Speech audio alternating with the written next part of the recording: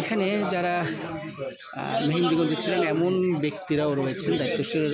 আমি মেহেন্দিগঞ্জে নির্বাচন পর্যবেক্ষণে এই মুহূর্তে যাচ্ছিলাম যে নির্বাচন পরবর্তী অর্থাৎ পোস্ট ক্রিয়েশনটা কীরকম রয়েছে এবং এখানকার কোনো পরিস্থিতি কেমন সেই ব্যাপারে ঠিক এই মুহূর্তে বরিশালের একজন স্বনামধন্য নাগরিক, উনি মেহেন্দিগঞ্জে বাড়ি, উনি ওনার নিজের পরিচয় দিবে।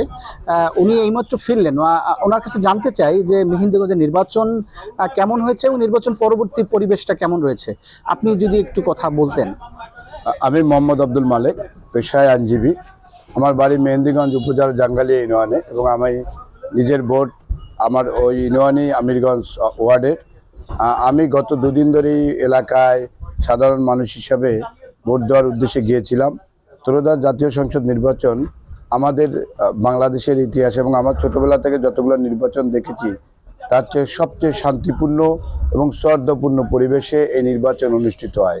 সেখানে আইনশৃঙ্খলা কমিটি থেকে শুরু করে জনগণের মধ্যে স্বতঃস্ফূর্ত ভাব ছিল এবং শান্তিপূর্ণ অবস্থান ছিল এবং আজকে জনগণ এই ভোট দিয়ে অনেক সন্তুষ্ট এবং আগামীতে এই নিরপেক্ষ ভোটের মাধ্যমে যে সরকার আসবে আমরা আশা করি সেই সরকার এই দেশকে সুন্দরভাবে পরিচালিত করবে এবং আমাদের জনগণও এই সরকারকে সর্বাত্মক সহযোগিতা করবেন।